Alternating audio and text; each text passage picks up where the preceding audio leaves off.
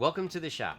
Have you guys ever had a cosplayer costume that you wanted to take to a convention or a Ren fair that required some kind of a prosthetic? Something like bolts coming out of your neck or small horns coming out of your head, and you were unsure how to do that?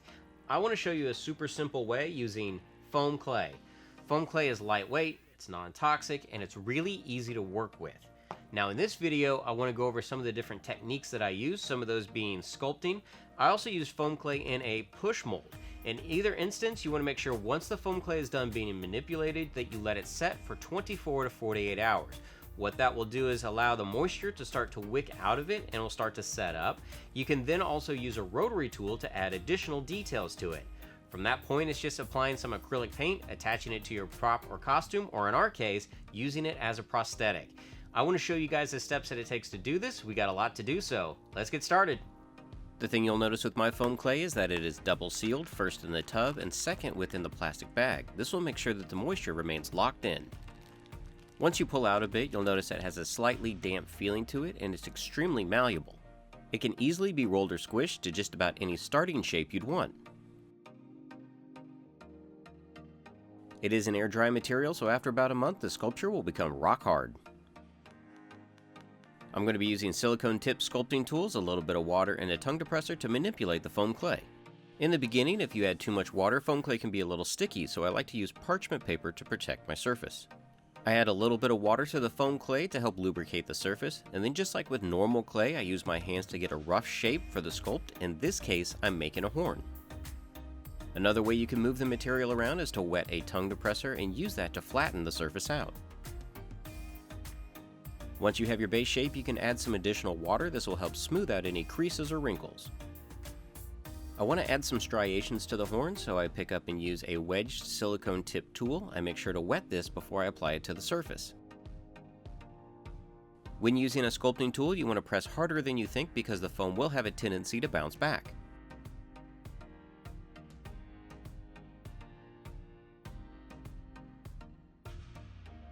Repeating the process I'd already done, I start to sculpt the second horn to match the first.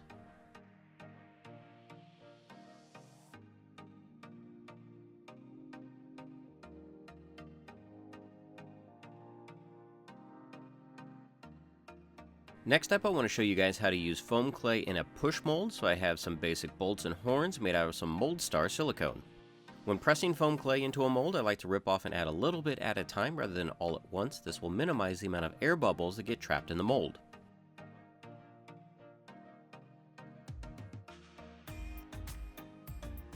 This is a little bit more tricky to do with the horns because the cavity is pretty deep, so I'm pressing it in several times to force out any air that might be trapped in the mold. And because foam clay will shrink about 10%, I make sure to overfill my mold so that way I can trim off any excess. Once the molds have been filled, into the freezer they go for a couple of hours. Next up, I have two small horns that I had sculpted over a month ago, so they are rock hard. I'm going to show you how to add fresh foam clay to them to sculpt additional details. I want to add a little skin detail to the bottom of this horn, so I use an X-Acto knife to cut out the size that I need. It is important to wet the surface and then wrap the fresh foam clay around the horn. Then using a cone silicone tip tool that has been dipped in water, I can add an additional fold to the foam clay. This process is then repeated for the other horn, and an X-Acto knife is used to cut off the excess material on the bottom. After a couple of hours, I retrieve the silicone molds from the freezer. Freezing the molds helps the foam clay set up, so demolding them won't deform them.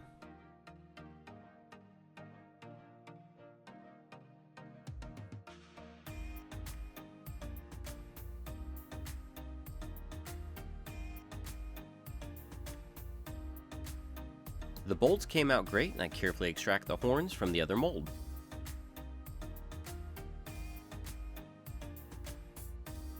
You can see that the clay picked up on all the details that were in there. I let all the pieces set for 24 hours. This will allow the moisture to wick out and the foam clay to skin over.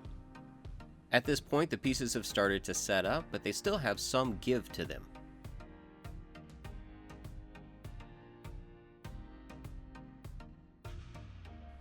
I especially like these little horns because you can see where the new foam clay has completely adhered to the old foam clay.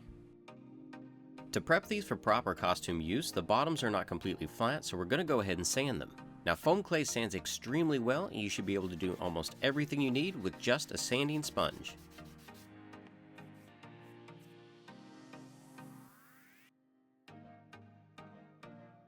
If I wanted to take away more material or add additional details, I could do that with a rotary tool. Now the particulates are very fine, so make sure that you're wearing a respirator and you have your safety glasses. Using the very edge of a medium grit sanding drum, I'm going to add some additional lines into the horn. Now remember, the middle of this material is still curing, so if you wanted to sand in deeper, you would have to let it dry longer. Smoothing of the surface and flattening of the bottom are done with a sanding sponge, but you can definitely see the difference that a rotary tool makes. This same process was done to the bolts to remove the excess material that was left at the top of the push mold.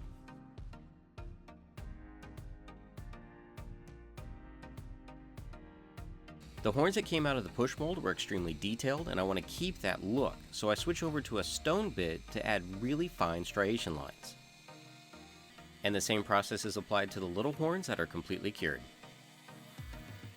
I'm going to do a quick painting demo for the horns that I'm going to use for prosthetics, so in this case I'm starting off using Utrecht brand Raw Sienna. This is generously applied to the push mold horns using a filbert brush, making sure to get down into all the cracks and crevices. After that had dried, I mixed in a little bit of the Liquitex Heavy Body Unbleached Titanium into the Raw Sienna and dry brushed that over the highlights of the surface.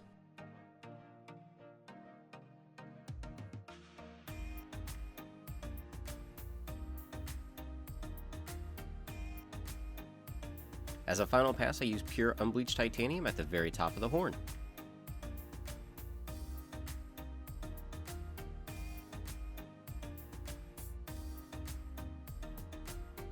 To attach the horns to my daughter's head, I'm going to be using Aide, which is kind of like contact cement for prosthetics. You want to apply it to the subject and to the piece, let both sides of it dry, and then firmly press them together.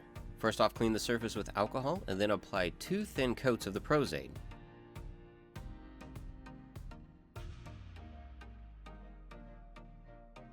I line the horns up symmetrically, then use a little bit more alcohol to remove the excess Aide, and there you go, foam clay prosthetic horns. So you guys can see the basic steps that it takes to use foam clay to make some super simple prosthetics. Now hopefully this is an informative video for you, and you can use these techniques to make some awesome modifications to your props and costumes. Now if you guys are enjoying these videos, be sure to give them a thumbs up and share them with your friends and family. And if you're building any of my builds or using any of my products, be sure to tag me and Blick on Twitter and Instagram, because we love seeing your progress. Thank you guys so much for watching this video, and until next time, thanks for stopping by.